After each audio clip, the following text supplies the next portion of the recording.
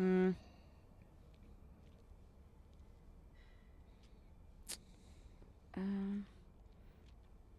Just a lot of trash talk stuff. What does trash talk stuff mean?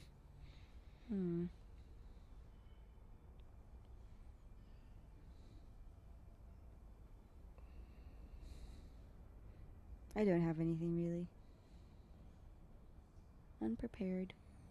What would you like your friends and family to think or say that's about you when wild. you're dead and gone?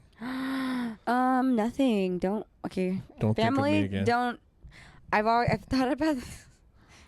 No, it's too morbid. Or who cares? I don't think it's morbid, but whatever. That's a good question though. Okay, I got one. Yeah.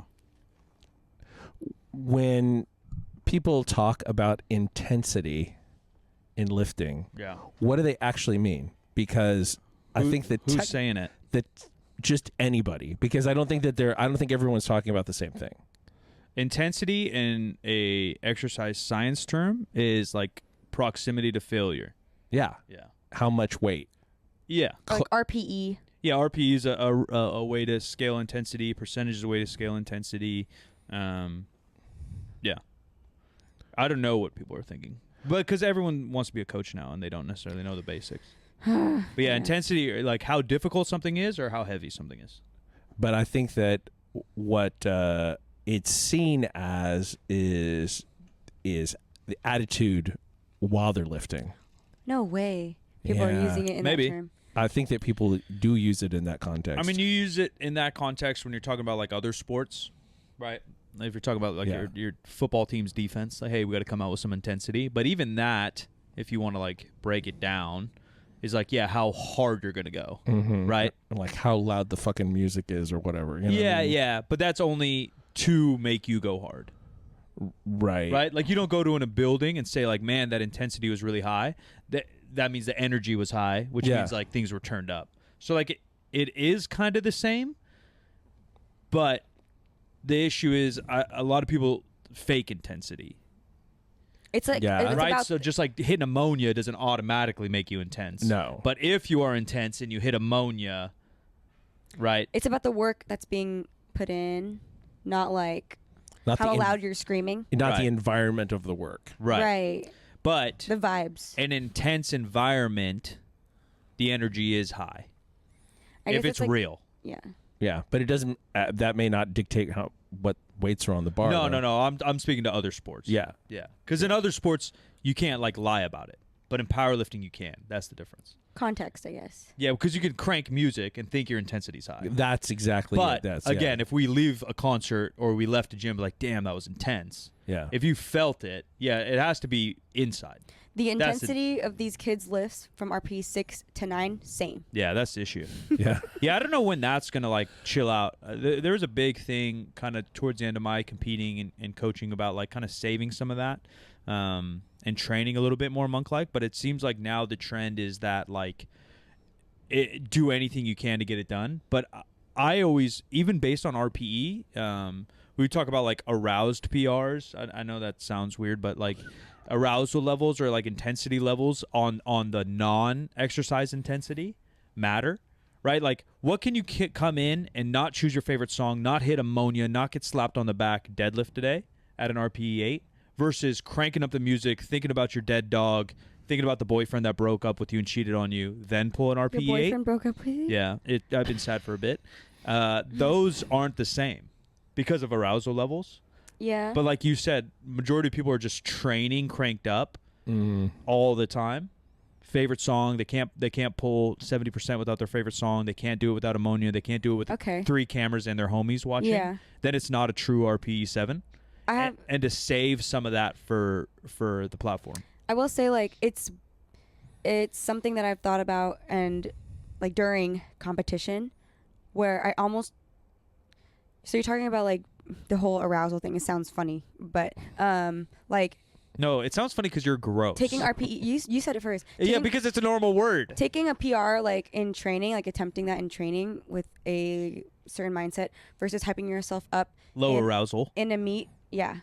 Sometimes throws me off Sure. Because then I put almost more stress and more pressure on myself. Sure. And then I get too hype where I am out of sync with routine. Yeah. And then it throws off the routine, throws off the cadence, and now like I accidentally did an extra slack pull when I usually don't, and now like my whole cadence is off, and it's like I was just overthinking the whole thing. Or same thing. Yeah, too high arousal or too low arousal can definitely be an issue, and you need to. That's why, because I don't think you can lift at that high level of arousal or fake intensity for long term to have success. That you're better off with repeatability and being more moderate in training and the platform. Yeah. But that's not that popular right now. It's popular to scream Meek Mill, scream after every fucking baby PR, flex and hit your chest. But toss your belt. Yeah, but you can't do that for 10 years. Do you know how many RPE 7s you're about to hit in the next decade?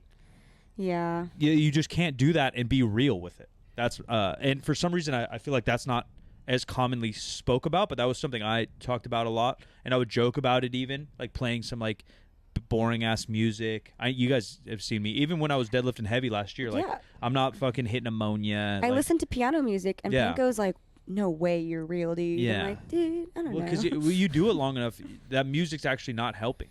Yeah. And I'm not saying don't listen to your favorite music, and I'm not saying don't be excited and have fun, but if that level of intensity is what's needed. Again, non-physiological exercise intensity, screaming style intensity. I don't know how to define them, but I also feel like if you have to get up for a lift, then why? Yeah. Get up. Why are you lifting? Yeah, like excited. You're Yeah. gross. I was confused. I'm like, what do you mean? You weren't confused. When you have to stand up sicko. for a lift, Get up as in like riled up. Yeah. riled up. Yeah, Okay. like if somebody like they miss a lift and they come back for their next attempt and they're fucking screaming and they're smacking themselves with chalk and they're it's a whole like thing. They're gonna miss. Yeah, again. I think there's a time and place for sure to get a little angry and whatever, but like You have to know what's right for you too. yeah, it's not every person, it's not every lift. It's not the same level of intensity every time. Yeah, But what we're talking about is focus. maybe Mostly, I think. I think for me, a lot of it is to like quiet the doubt. Oh yeah. So I put on something I'm Yeah. a little nervous about, and then I'm turning up the music, and I'm thinking some angry thoughts, and I'm thinking I'm trying to get a little bit fired up and like, get that fight or flight kind of going. Whether it's true or not, you hear like moms in fight or flights fucking flipping cars and shit. There's That's all true, yeah. there's Typically, definitely something with adrenaline kicking Yeah. through your body, and so I'm trying to turn that up. But you can't do that for real every day. Our No, you adrenals can't, don't work that way. Because the people who actually do that, like they had that like circumstance that causes them to pull the car off their child or whatever, they're trashed for who knows how Right. long because they have spent everything they had. Right. Yeah, it's actual adrenal glands like kicking out adrenaline. Yeah. So that's what, to your point, you can't do like that at RPE 7 And now, because you train RPE 7 every day. when you do that all the time, when you actually need it for your it's RPE gone. 8, 9, Yeah. you can't. You Yeah, don't have it anymore. For sure. So yeah, I do think it's something you should practice because you need to do it here and there and know how to get aroused. But you can't do it all the time. You can't do it with RPE 7s, and it should. The level of like I don't know what we want to call it again, like mental intensity versus like lifting intensity should kind of work together. So if your coach gives you like an RPE 10 or 9.5 because you have a meet next week, yeah, maybe then you do turn up the music and hit the ammonia and learn what works best for you. But that's once every 6 months. Yeah. Yeah. It can't be that common. I do think there's a confusion with all that, even volume. Yeah. Because like volume's like all relative, but like people are like, oh, I got a 2x6. Oh, volume day. Like, well, yeah, but one, who cares? And then two, like, compared to what? Yeah. Yeah, 1x6 is more volume than, a 1x3, but that doesn't mean it's volume necessarily. All right. I think we're in agreement. Yeah. Calm down, you motherfuckers. Yeah, it's not that serious. You're not that It's impressive. not that serious. We're not impressed. Where can people find you, Abby? Third Street Barbell. On Instagram at avi.lu. Boom. 3sb.co for all your clothing needs. Check out our apparel. We got a couple things in stock if you want to check it out. Goodcompanyapparel.com, goodcompanyDiscord.com. And I'm Silent Mike wherever you want to find me. I am at the Jim McDean on all the social media. This show is 50% facts, 4% is a word, and 50 is just numbers. 50% facts is a Spreaker Prime podcast in association with iHeartMedia on the Obscure Celebrity Network. And we'll talk to you next time.